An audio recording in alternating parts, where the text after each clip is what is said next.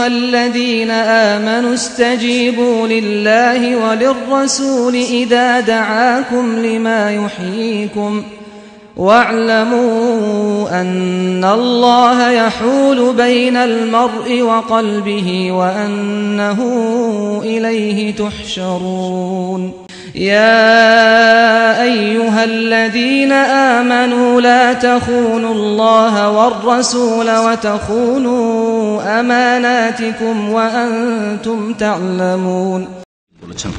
তাউস রাহমাতুল্লাহ আলাইহি প্রখ্যাত তাবেঈ ছিলেন, তিনি বর্ণনা করেছেন, আবু দাউদে এই হাদিসটি আছে।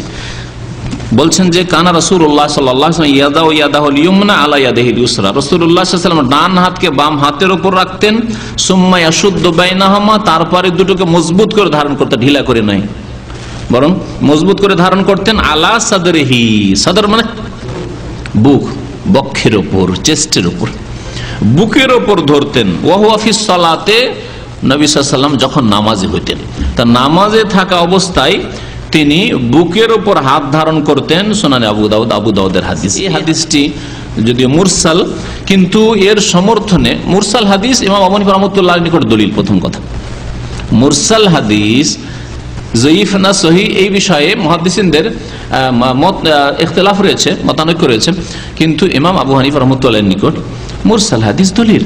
তাবেই যদি বলেন যে রাসূলুল্লাহ সাল্লাল্লাহু আলাইহি ওয়াসাল্লাম বলেছেন, মধ্যখানে সাহাবীর নাম উল্লেখ করলেন না, সাহাবী কে ছিলেন তিনি, তার নাম শুধু উল্লেখ করা হয়নি, এই হাদিস দলিল।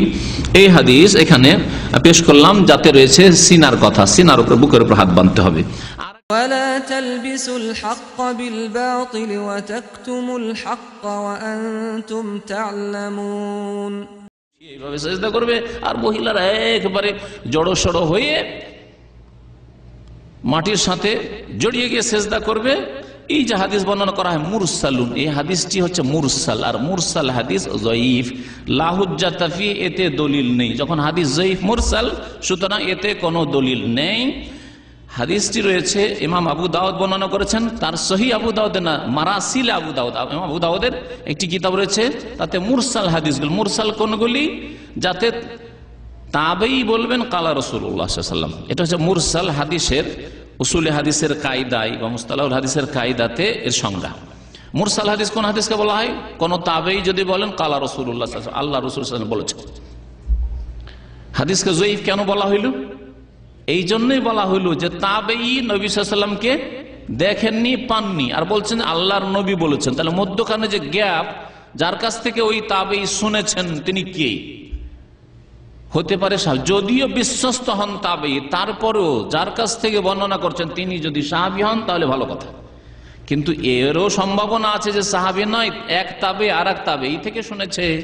আর তাবেইদের মধ্যে তখন যেহেতু সহিহ যঈফের ব্যাপার স্যাপার চলে এসেছিল, স্মৃতিশক্তির ব্যাপার চলে এসেছিল, কারণ আল্লাহ পাক কোরআনে কারীমে শুধু সাহাবায়ে কেরামদের সার্টিফিকেট দিয়েছেন, যেন সাহাবায়ে কেরাম সম্পর্কে তিনি সহিহ না যঈফ, তার সূত্র বিশ্বস্ত কিনা এটা দেখার প্রয়োজন নেই, মুহাদ্দিসিন কেরাম বলেছেন। কিন্তু তাবেঈর ক্ষেত্রে দেখতে হবে। তাবেঈদের জামানায় শিয়াদের বিদআতের জন্ম নিয়ে নিয়েছিল, সুতরাং তাবেঈ আসলে সুন্নতের অনুসারী তাবেঈ না শিয়া না ফিজি, দেখার বিষয়। তাবেঈ সেই জামানায় খারেজি দল বেরিয়ে গিয়েছিল, আরেক বিদআত বেরিয়েছিল এইদিকে। সুতরাং এই যে তাবেঈ যাকে বলা হচ্ছে আসলে সুন্নতের অনুসারী না, এই খারেজি যাদের ফতোয়া ছিল যে আলী ইসলাম থেকে বেরিয়ে গেছে, মুআবিয়া ইসলাম থেকে বেরিয়ে গেছে, আমর ইবনে আস ইসলাম থেকে বেরিয়ে গেছে।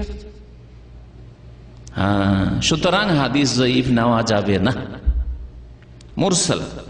আর মুরসাল হাদিস যঈফ, লা হুজ্জাতা ফি, এতে দলিল নেই। যখন হাদিস যঈফ মুরসাল, সুতরাং এতে কোনো দলিল নেই। ফাবাশশির ইবাদ আল্লাযীনা ইসতামিউনাল কওলা ফায়াত্তাবিউনা আহসানাহু উলাইকাল্লাযীনা হাদাহুমুল্লাহ ওয়া উলাইকা হুম উলুল আলবাব।